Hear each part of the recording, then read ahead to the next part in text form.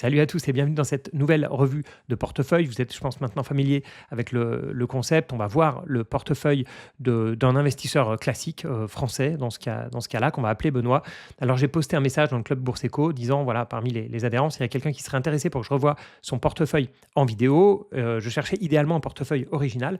Et c'est vrai que quand j'ai reçu le portefeuille en question, au départ, je ne l'ai pas trouvé si original que ça. Donc, je l'ai un petit peu mis de côté, mais en réfléchissant, j'ai trouvé que c'était quand même intéressant de voir ça. Alors, je ne vais pas passer par 4 chemins, je vais directement vous montrer le portefeuille en question. C'est un portefeuille qui a 16 valeurs. Alors, bien sûr, ce qui va vous sauter aux yeux, ce qui m'a sauté aux yeux, c'est que ce sont que des valeurs françaises, ce qui est relativement rare. En général, il y a quand même une, deux, trois valeurs européennes ou américaines qui sont glissées au milieu. Ici, ce n'est pas le cas, mais on va le voir, hein, c'est quelque chose qui est pris en compte par Benoît, il le sait, il veut changer, donc je n'ai pas trop envie de focaliser mon attention là-dessus. Quand il y a un biais dans un portefeuille qu'il est identifié par la personne, soit c'est un choix, soit ce n'est pas vraiment un choix, mais donc la personne va le corriger. Donc on va peut-être passer en revue. Il a classé ces 16 valeurs par secteur. Donc là, en premier, le secteur du luxe, un classique chez les investisseurs français.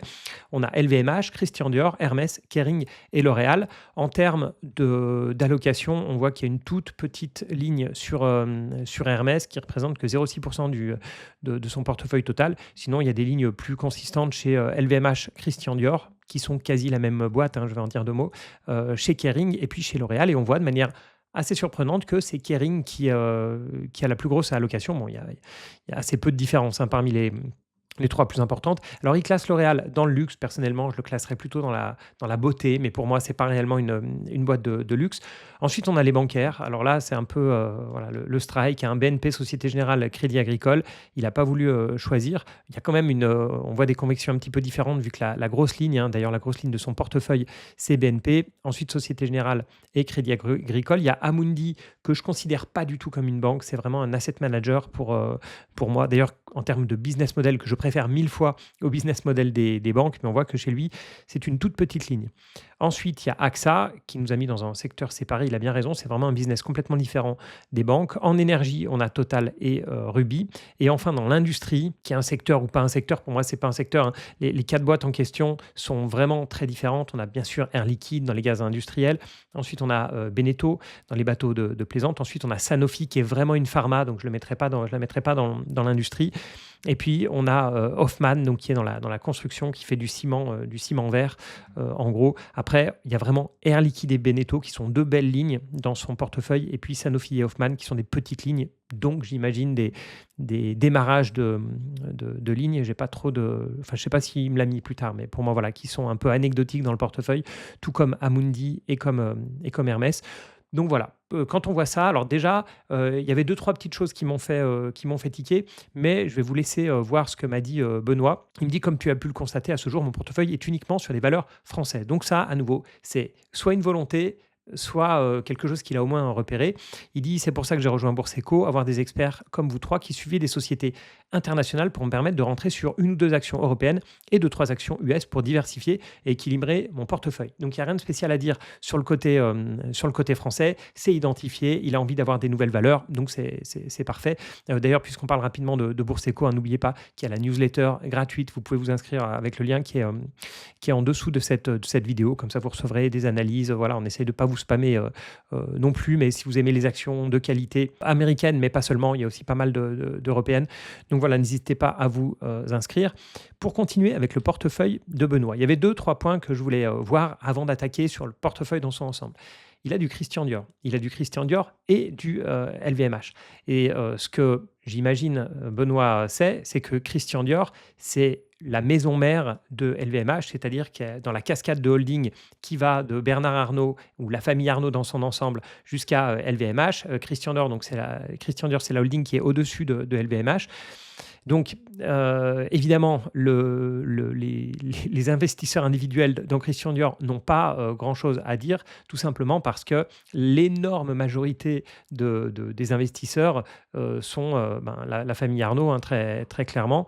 Et donc, il y a très peu de flottants. Le flottant, c'est ce qui n'est pas détenu par des investisseurs long terme, des investisseurs qui ne mettent pas leurs actions sur le marché. Donc, le flottant est extrêmement faible. Il tourne aux alentours de 2,5% ici pour Christian Dior, ce qui réduit énormément la liquidité du titre, ça c'est le premier point. Et ensuite, vous êtes vraiment à la merci de potentiellement vous faire racheter un jour où vous ne voulez pas forcément être racheté. Ils vont faire un rachat de minoritaire pour avoir 100% du titre. C'est peut-être ce que joue Benoît, mais pas sûr. Moi, je trouve bizarre d'avoir un petit peu ces deux lignes. Il y a un dicton qui dit qu'il vaut mieux avoir la mère que la fille. Donc ça, c'est en ce qui concerne la finance. Hein. Dans d'autres cadres, c'est peut-être pas ce qu'on dirait. Mais il vaut mieux donc posséder la société mère que la société fille. C'est-à-dire qu'on conseille en général d'être dans la holding plutôt que dans les filiales. C'est pas ce que je dirais d'LVMH. Ici, il y a une fausse diversification, mais je pense et j'espère qu'il le sait. Je reviens sur son portefeuille. C'est-à-dire qu'ici, on peut vraiment faire la somme de ces deux lignes. Hein, c'est quasiment les mêmes. La liquidité, c'est tellement gros, LVMH, que même s'il n'y a que 3,5% du capital qui traite et qui est actif, ça suffit pour en faire un titre relativement liquide. Mais bon, voilà, je serais curieux. Je ne sais pas si il me donnera des précisions là-dessus. Qu'est-ce que j'avais d'autre à dire? Ah oui, donc au niveau des sociétés, on le voit tout de suite. Moi, ce qui m'a sauté aux yeux, c'est le regroupement au niveau des secteurs. C'est-à-dire qu'on sent que dans le luxe, il n'a pas vraiment voulu faire de choix. Il a pris les 3 boîtes de luxe. Alors, on voit qu'Hermès, il n'ose pas trop, sûrement à cause de la valorisation, il n'ose pas trop mettre une grosse position. Mais voilà, il n'a pas voulu choisir entre LVMH, Hermès et Kering, surtout s'il compte L'Oréal comme du luxe. On voit qu'il a pris toutes les françaises. Chez les bancaires, c'est pareil, il n'a pas voulu faire de choix. Il a pris BNP, Soc Gen, Crédit Agricole. Dans l'énergie, bien sûr, la grosse position, c'est Total, mais on voit aussi qu'il a pris donc d'autres acteurs du secteur, acteurs plus de niche cette fois-ci. Et puis dans l'industrie, il a pris la grosse valeur des portefeuilles de bons pères de famille, c'est-à-dire Air Liquide. Il a pris du Sanofi aussi, et puis Beneteau, qui doit être une conviction personnelle, j'imagine, qui est la conviction qui sort un petit peu du lot. Une autre boîte qui m'a surpris, c'est Hoffmann. Pourquoi? Parce qu'il a vraiment des boîtes qui sont relativement saine. On voit que c'est quelqu'un qui fait attention à avoir des boîtes rentables avec des gros bilans. Et c'est vrai que Hoffmann, alors on va aller la voir rapidement. Voilà, Hoffmann Green Cement, donc il porte bien son nom, hein, c'est du ciment décarboné. Et pourquoi est-ce que ça sort un petit peu du lot? C'est parce que quand on va voir un petit peu la santé de l'entreprise, on s'aperçoit, ici ce sont les barres jaunes et les barres vertes, donc qui sont le résultat d'exploitation pour les barres jaunes et le résultat net pour les barres vertes. On voit que c'est une boîte qui perd de l'argent, historiquement 2019, 2020, 2021, 2022, 2023. On voit que c'est encore prévu pour 2024 avec potentiellement un micro-résultat en 2025. Donc c'est un pari qui est complètement différent, vraiment société de croissance non rentable jusqu'ici. Donc c'est un pari qui sort vraiment du lot par rapport aux autres. Donc pour faire un petit point sur son allocation. Donc on l'a vu, 4 valeurs du luxe, 4 valeurs bancaires, si j'inclus donc Amundi qui est plus un asset manager, 2 valeurs françaises du pétrole. Et moi, ce qui m'a surpris, c'est que, OK, on peut faire le choix d'avoir que des boîtes françaises. Pourquoi pas? Et d'ailleurs, franchement, son portefeuille, qui a bien sous-performé globalement le marché mondial pendant un moment, si on peut dire une chose, c'est qu'il cartonne par rapport aux autres valeurs depuis le début de l'année. Si je regarde, alors j'ai mis tout ça en liste. Voilà, si on regarde les performances depuis le 1er janvier, alors je vais trier, on s'aperçoit qu'il n'a qu'une seule valeur dans le rouge, ce qui est plutôt pas mal, hein, franchement, depuis le 1er janvier 2025. Alors c'est Hoffmann, qui est en plus une toute petite position, donc c'est plutôt bien vu, c'est celle que je vous montrais juste avant, donc qui est en perte. Et il a des belles performances, notamment sur les bancaires, hein, qui sont bien reprises. Société Générale, 41% de hausse, 21% sur BNP. Le fait aussi qu'il ait que des Françaises, on sait que c'est l'Europe qui a bien rebondi en ce début d'année. Donc ça, c'est vraiment bien pour lui. Et puis pareil, reprise du luxe. Alors, ce n'est pas une reprise non plus de dingue, mais comparé à l'année 2024 dans le luxe, voilà, elles se sont bien reprises. Donc, portefeuille qui performe bien depuis peu de temps. Moi, ce qui me fait bizarre dans ce portefeuille, c'est pas tant qu'il soit français. Ça, à la limite, je peux comprendre un portefeuille 100% français, mais il a vraiment des biais qui sont des biais sectoriels qui sont liés au fait d'avoir que des françaises. Parce qu'on sait que dans le monde français, on a beaucoup de luxe, on sait qu'on a un peu d'industriel, et il les a, on sait qu'on a une pharma, on a une pétrolière, il l'a, et il y a des secteurs qui sont totalement absents.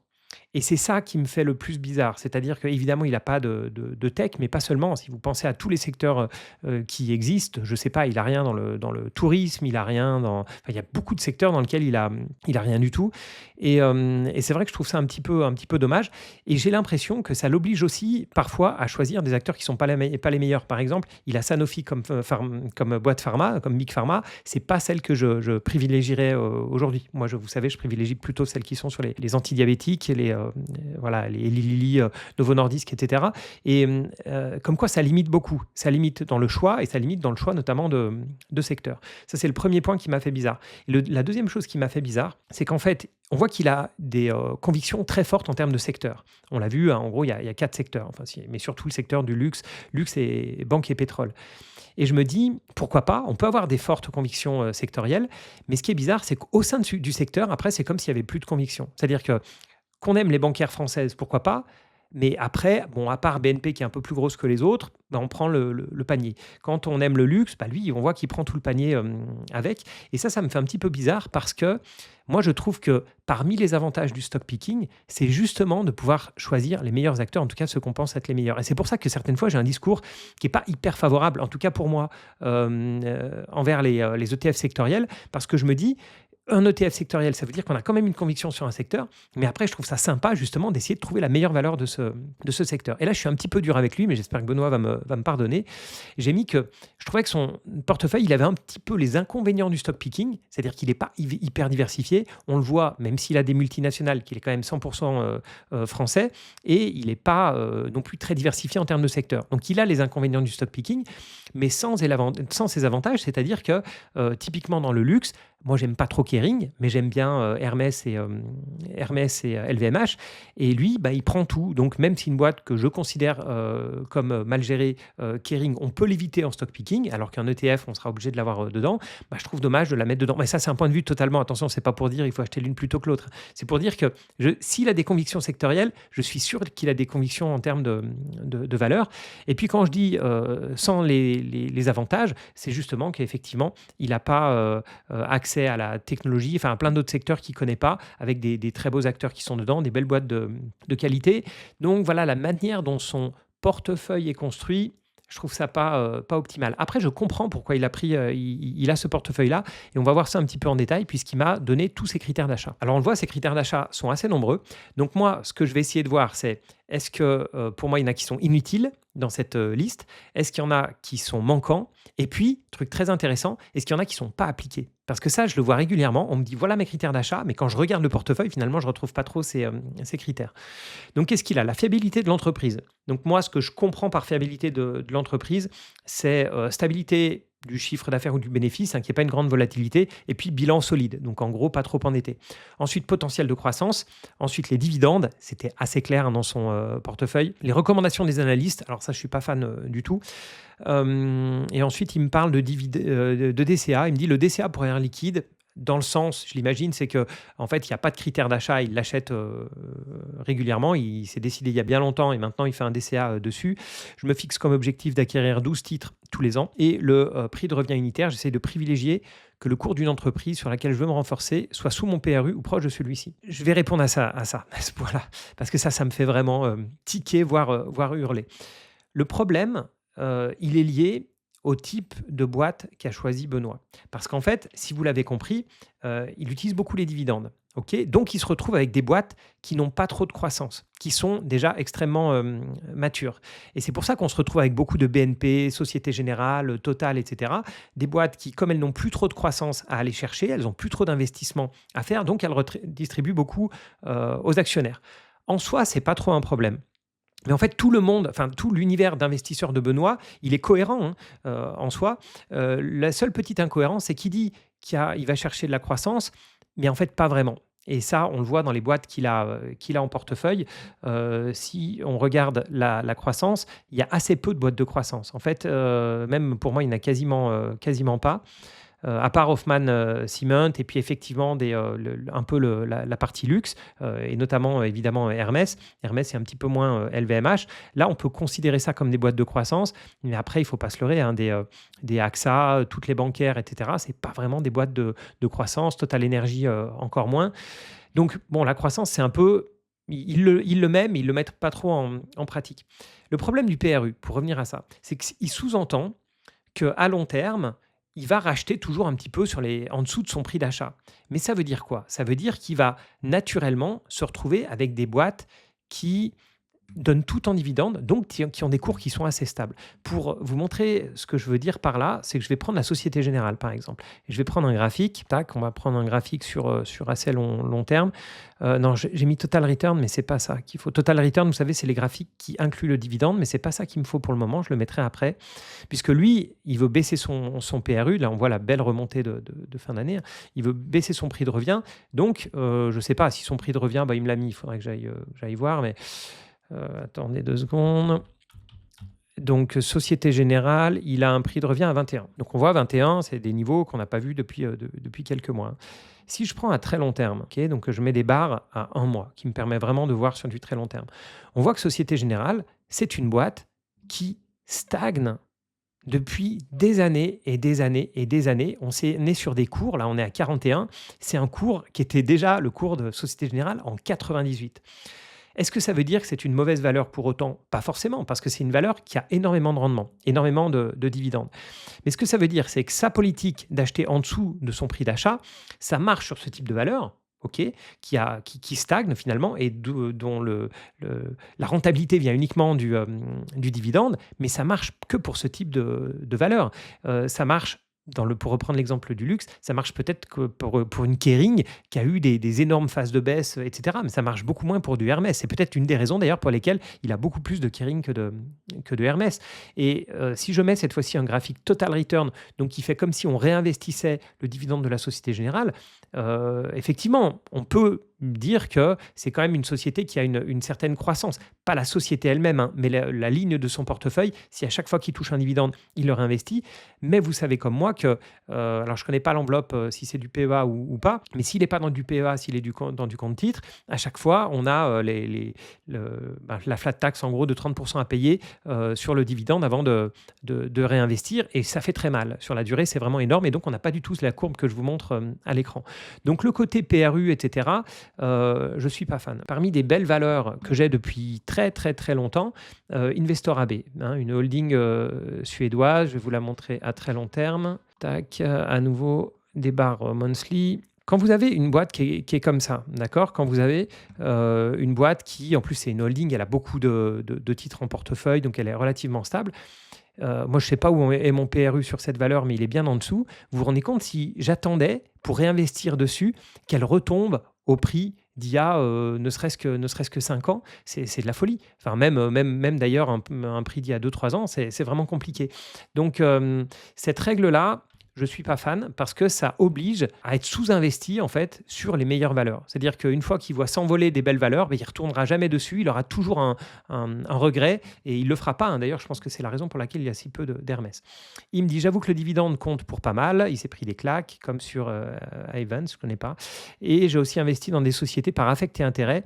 BNP, car c'est un sponsor du tennis, on ne me l'avait jamais fait ça comme raison. Voilà. Et je voulais être dans le club d'actionnaires. Idem pour la Société Générale, car c'est un sponsor du rugby. Bon, pourquoi pas. Pourquoi pas. Donc voilà sur les critères d'achat. Je trouve que ces critères d'achat sont pas mal hors le dividende, mais si ça le rassure, pourquoi pas. Et on le verra qu'il est assez averse au risque, donc je pense que ça peut jouer. Pour moi, il manque 2 choses ici. Pour moi, il manque les marges, parce que les marges, ça nous montre quand même à quel point la société a un moat, à quel point elle a un avantage compétitif, à quel point elle est protégée des concurrents. Et autre chose qui manque, c'est un chiffre de retour sur capital. Prenez le ROE, le ROIC, peu importe, un retour sur capital, que ce soit les capitaux propres, le capital investi, etc., en fonction de ce que vous utilisez. Moi, j'utilise beaucoup le ROE, surtout qui prend le bilan en compte, donc autant prendre le return on equity. Et ça évite de tomber dans des entreprises qui sont faiblement rentables. Donc moi, j'enlèverai les dividendes, je rajouterai donc marge et ROE, et puis je tiendrai un peu plus compte du potentiel de croissance, et je rajouterai peut-être le management, parce que je ne suis pas convaincu, même si les boîtes qu'il a citées ont de bons management, je ne suis pas convaincu par toutes. Maintenant, critères de vente. Alors pour le moment, je ne suis pas vendeur sur aucun de mes titres, mes positions sont dans une optique de long terme. Ma retraite, sachant que j'ai 43 ans, c'est ainsi qu'ils sont tous au nominatif pur. Ok, le dernier titre que j'ai vendu, c'était Unibail. Ok, ça marche. Donc nominatif pur, c'est-à-dire ses titres sont inscrits directement au niveau de la société. Donc la société sait très bien que c'est lui qui a les titres. Hein. Ouais, il a directement les titres inscrits, ce qui fait il a des avantages sur certaines boîtes, typiquement Air Liquide. Il est invité directement aux AG, etc. Pour les clubs d'actionnaires, c'est plus simple. Voilà. Mais en gros, il ne vend pas. C'est ce que je comprends. Et la stratégie, je l'imagine comme équilibrée, même si je suis encore loin de ces ratios. Je vise à avoir un tiers en valeur de croissance. Ça, pour moi, il les a uniquement au travers du luxe, hein, en gros. Un tiers en valeur value. Et il a beaucoup de value, hein, parce que je mets toutes les bancaires dans le value. Je mets Amundi, puis je mets...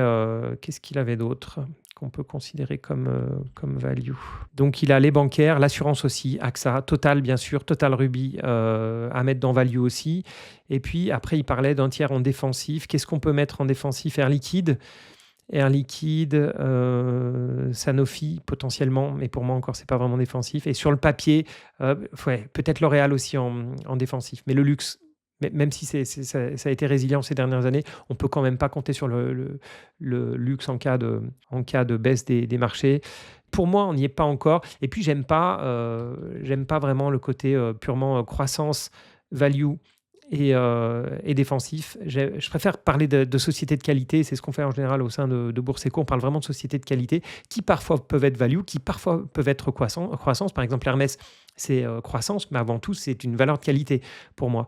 Donc, voilà, on n'a pas vraiment les mêmes vocabulaires. Quand je lui demande, as-tu changé de stratégie? Alors oui, j'ai changé mon style d'investissement. Avant, je faisais des allers-retours, mais ça me prenait du temps. Je pouvais être sur la bourse durant toute l'ouverture du marché français. Waouh! Donc il a bien fait d'arrêter. Les résultats n'étaient pas bons, les frais élevés. J'ai commencé via un CTO à la Banque Postale, 8-9 euros de commission par ordre. Ah oui, alors un CTO dans une banque pour faire en plus beaucoup de mouvements, c'est pas une bonne idée. T'es pas en temps réel. Bon bref, j'ai arrêté les introductions en bourse car je me suis pris des belles claques. Notamment sur l'influence médicale, oui, c'est très bien. C'est un très bon choix. Ce qui est sympa, je trouve, c'est qu'on voit quelqu'un qui a évolué dans le bon sens. Il y a un portefeuille qui est pas mal, mais je le sens encore évoluer pour avoir des valeurs d'un peu meilleure qualité, qui est sortir un petit peu du marché français. Donc, je pense qu'il est vraiment sur une très bonne voie. Je dirais que mon aversion au risque est de 2/10.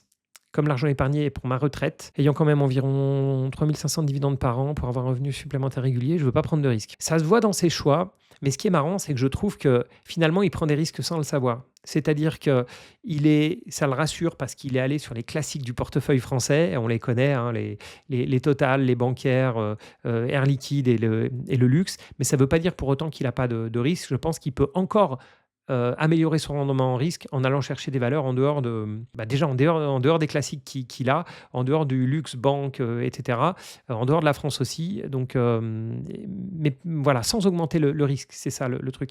Après, 2/10, les valeurs qu'il a, elles ne sont pas non plus recession proof ou je ne sais pas comment on peut dire, et il peut quand même se faire mal. Ça reste un portefeuille boursier, hein, donc forcément c'est pas parce qu'on a du Air Liquide et du Total que ça peut pas baisser, hein. Mais en tout cas, je comprends son idée et je comprends aussi l'investissement dans des boîtes à dividendes. C'est vrai que ça fait buffer en fait. Le truc, c'est quand on a des boîtes comme lui qui ont déjà des rendements de 7, 8, 9% et qu'il y a une crise, ça peut pas descendre indéfiniment. C'est-à-dire que déjà quand on va monter dans des rendements de 10, 11%, même si les dividendes sont un petit peu réduits, ça agit vraiment comme un matelas, en fait. Donc, effectivement, je comprends un peu mieux sa vision d'action à dividendes. Alors, au niveau des sources, elles sont nombreuses. Je regarde BFM Business le matin. Je suis abonné, ah oui, si c'est tous les matins, c'est un passionné. Je suis abonné à Investir. Je regarde occasionnellement des vidéos, certaines donc des miennes sur Zone Bourse. J'ai arrêté de suivre des analystes graphiques. Bon, il avait mis des noms, mais j'ai enlevé. Je vais regarder les publications de résultats sur Boursorama. Je suivais Loris Dallot sur X, où je suis, hein, je pense. Voilà. Maintenant que j'ai rejoint Bourseco, vu que Loris fait partie de l'aventure Bourseco, maintenant que j'ai rejoint Bourseco, je souhaite en faire l'une de mes sources d'information principales et je pense arrêter des sources que je trouve moins qualitatives, investir. Alors oui, je comprends le point. Ce qu'il faut voir, c'est que Bourseco, c'est surtout des analyses de boîtes de qualité. Donc pour moi, ça ne peut pas être une seule source d'information, parce que c'est une source d'analyse qualitative, de suivi de résultats, etc. Mais après, c'est bien aussi de se connecter au monde, et ça dépend pourquoi il était investi à investir. Si c'était pour des analyses, alors je peux comprendre son choix, mais si c'est pour mieux suivre les marchés, moi j'aime bien avoir pas mal de sources. Moi, c'est les Échos, c'est le Wall Street Journal que je regarde tous les jours. C'est Zone Bourse, évidemment, qui est la plateforme que j'utilise pour avoir mes infos sur les boîtes.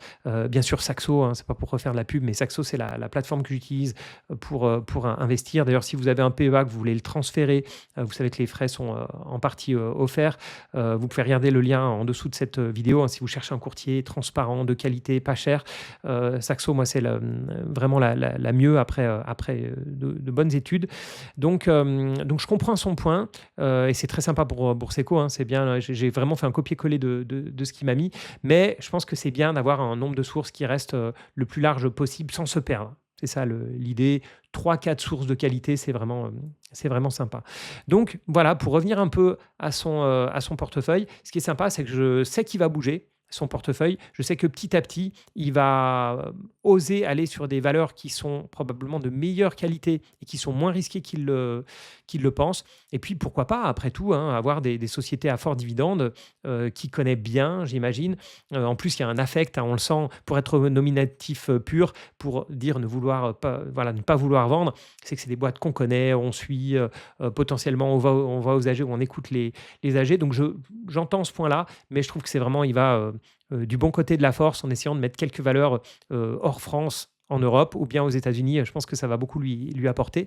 Si vous avez des remarques, des conseils, n'hésitez pas à les mettre en commentaire de cette vidéo. N'oubliez pas la newsletter gratuite Bourseco avec le lien qui est en dessous de cette vidéo. Voilà, pour moi, c'était portefeuille sympa à analyser. Je pense que vous comprenez maintenant pourquoi je l'ai trouvé un petit peu classique au début, mais pourquoi finalement, en grattant un petit peu, on arrive à apprendre pas mal de choses et à voir quelques biais qui sont pour certains volontaires, comme les dividendes, et qui va garder, je pense, et puis d'autres un peu moins volontaires, comme la France, qui va sûrement corriger. Voilà, je peux toujours vous dire, même si j'en ai reçu pas mal, hein, de m'écrire à l'adresse email pour m'envoyer des portefeuilles sympas, surtout s'ils sont originaux ou un petit peu différents, tant que c'est pas un portefeuille S&P 500 ou ETF Monde. Voilà, c'est toujours sympa. Puis surtout, n'hésitez pas à partager cette vidéo, vous abonner si c'est pas le cas. Et puis je vous dis à bientôt pour d'autres vidéos. Ciao.